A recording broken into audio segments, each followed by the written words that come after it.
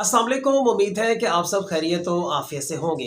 एक दिन सुल्तान नूरुद्दीन जंगी चौगान खेल रहे थे। चौगान एक ख़ास किस्म का खेल है, आप इसे पोलो की तरह का खेल भी जो है वो समझ सकते हैं। सुल्तान नूरुद्दीन जंगी के पास एक सिपाही आता है और उनसे कहता है कि सुल्तान, आपको काजी साहब ने एक मुकदमे के सिलसिले में इसी वक्त अदालत में तलब किया है।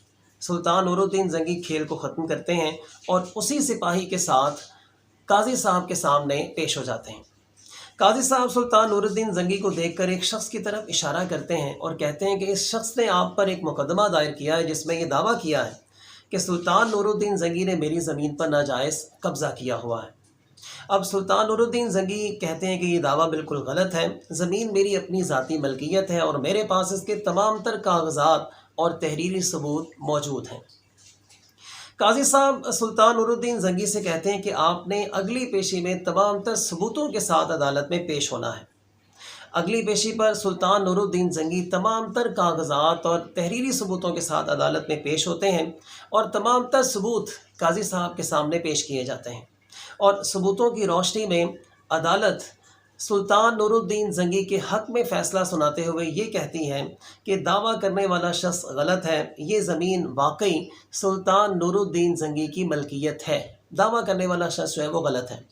अब जैसे ही फ़ैसला सुल्तान नूरुद्दीन जंगी के हक़ में होता है तो सुल्तान नूरुद्दीन जंगी उसी वक्त फ़ौरी तौर पर वो ज़मीन दावा करने वाले शख्स के हवाले कर देते हैं। वो कहते हैं कि अब ये ज़मीन तुम मेरी तरफ से ले सकते हो।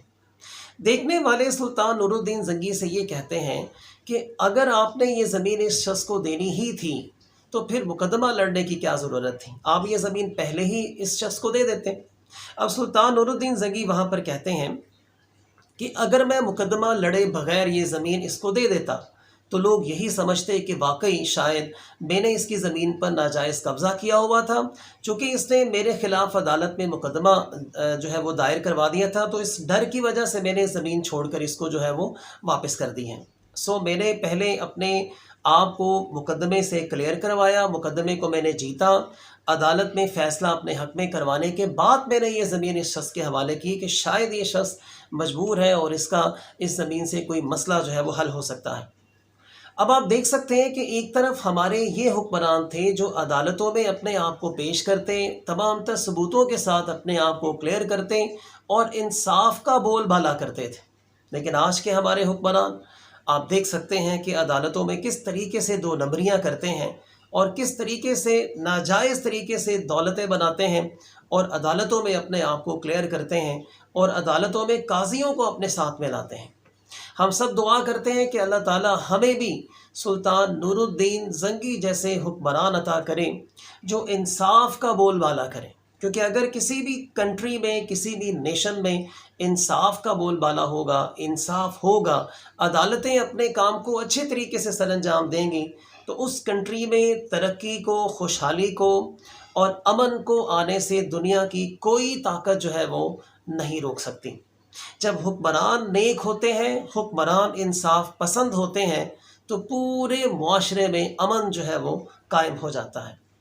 अल्लाह ताला हमारे हुक्मरानों को भी हिदायत दें और हमारे हुक्मरानों को भी सुल्तान नूरुद्दीन जंगी के नक्शे कदम पर चलने की जो है वो तौफीक अता फ़रमाए और हम सबको भी इंसाफ पर चलने की तौफीक अता फ़रमाए। चूँकि जिस दिन हम सब पाकिस्तानी ठीक हो जाएंगे, हम सब इंसाफ पसंद हो जाएंगे, हम सब इंसाफ का साथ देने वाले बन जाएंगे, आप यकीन करें कि उसी दिन हम लोग तरक्की करना स्टार्ट कर देंगे और तरक्की की जितनी भी मनाजिल हैं वो इंशाअल्लाह अल अज़ीज़ हम बहुत जल्द और फौरी तौर पर जो है वो तय कर लेंगे। उम्मीद करता हूँ कि ये जो मैंने वाक़या आप लोगों के साथ शेयर किया ये आपकी ज़िंदगी में कुछ अच्छी वैल्यूज़ को जो है वो ऐड करेगा। अगर आपको मेरी इस वीडियो को आपने अब तक देखा है, आपको पसंद आई है, तो फिर आप मेरे इस चैनल को सब्सक्राइब भी करें। चूँकि अगर आप मेरे चैनल को सब्सक्राइब करेंगे, मुझे लाइक करेंगे, कमेंट करके मेरी हौसला अफजाई करेंगे तो यकीनी तौर पर मैं कुछ मज़ीद अच्छा नॉलेज आप लोगों के लिए लाजमन कलेक्ट करूँगा। आप सब अपना और अपने आसपास के लोगों का बहुत सारा ख्याल रखिएगा। अल्लाह हाफ़िज़।